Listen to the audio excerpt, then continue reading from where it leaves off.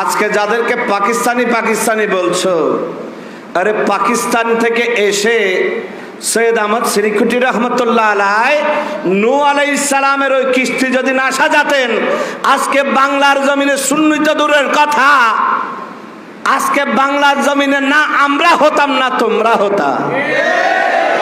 ঠিক কি না? সৈয়দ আহমদ শ্রীকুটি রহমতুল্লাহ আলাই কুতুবুল আকতাব, তিনি আলা হযরতের মাসলাকে আলা হযরতের ঝান্ডা গেড়েছেন। শুধু তাই নয়, তিনি মুজাদ্দিদ। তিনি কি? তিনি জামানার মুজাদ্দিদ কুতুবুল আকতাব।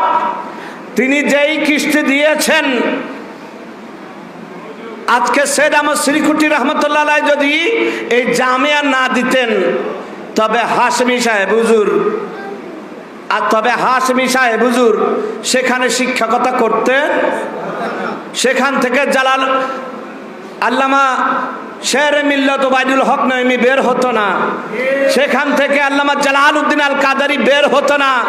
ওরে সেখান থেকে যুগে যুগে মুফাসসির মুহাদ্দিস বের হতো না। সেখান থেকে না আব্দুল আজিজ আনোয়ারি বের হতো। যদি আব্দুল আজিজ আনোয়ারি বের না হতো, না তাহসিন হতো, না আমরা হতাম, না কোনো সুন্নি হতো। ঠিক কি না? এখন পর্যন্ত বাংলার জমিনে সুন্নিয়তকে আবাদ করে যাচ্ছে, অক্সিজেন দিয়ে যাচ্ছে, তার নাম হচ্ছে জামিয়া। ঠিক কি না? ঠিক না? মনে রাখবেন, জামিয়া আলেম বানানোর ফ্যাক্টরি তাই নয়, জামিয়া বলি বানানোর ফ্যাক্টরি।